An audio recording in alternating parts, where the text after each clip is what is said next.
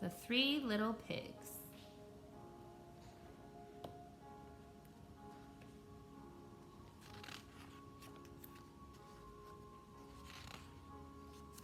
Once upon a time, there were 3 little pigs who lived in a cozy cottage on a hill.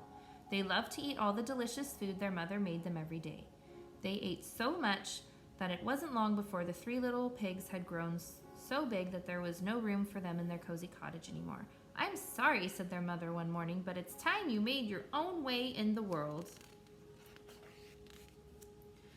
So the very next day, the 3 little pigs left home. "Don't forget to watch out for the big bad wolf," called their mother as she waved goodbye. "He'll eat you for supper, so you'll need to build a big, fine, strong house as quickly as you can to keep him away." "Don't worry, Ma," they oinked. "We can all look after ourselves." And the 3 little pigs trotted off down the hill, each taking a different path.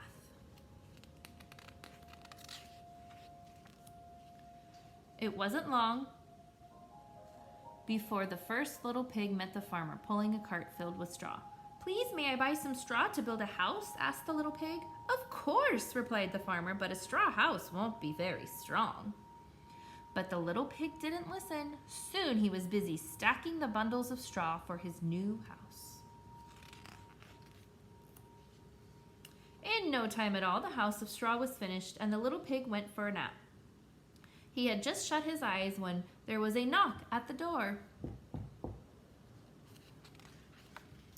It was the big bad wolf, and he was hungry. Little pig, let me in," growled the wolf. "No," cried the pig, "not by the hair of my chinny chin chin." "Then I'll huff, and I'll puff, and I'll blow your house down," laughed the wolf, and that is just what he did. Huff, puff, whoosh! Meanwhile, the second little pig was walking around the road when he saw a woodcutter piling up sticks. "Please, may I buy some sticks?" he asked politely. "I want to build a house." "Of course," answered the woodcutter, "but a house made of sticks will soon fall down." But the second little pig wasn't listening.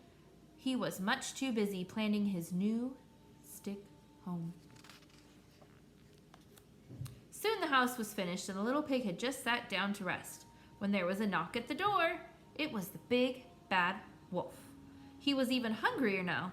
Little pig, let me in," he growled. "No way, not by the hair of my chinny chin chin," cried the second little pig. "Then I'll huff, and I'll puff, and I'll blow your house down," cried the wolf, and that's exactly what he did.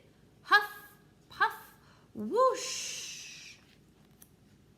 Meanwhile, the third little pig had met a builder. "Please, may I buy some of your bricks to build my house?" he asked. "Of course," replied the builder. "A fine, strong house of bricks will last forever." The third little pig took the builder's advice. He would build the strongest house in the land. Finally, after a hard day's work, the house was finished. It had 4 strong walls of brick, a tiled roof, sturdy wooden door, and a large fireplace with a chimney. The third little pig had just put a pot of turnips on the fire to boil when he saw his brothers running down the road, closely followed by the big bad wolf.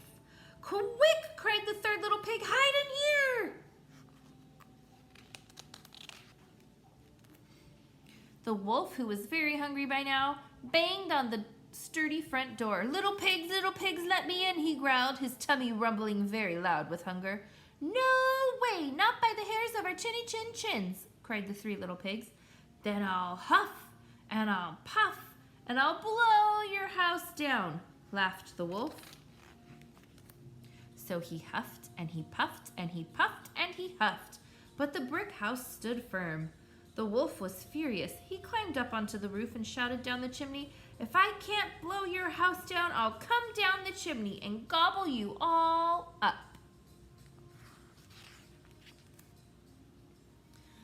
The big bad wolf jumped and landed in a huge splash in the pot of turnips boiling on the fire below.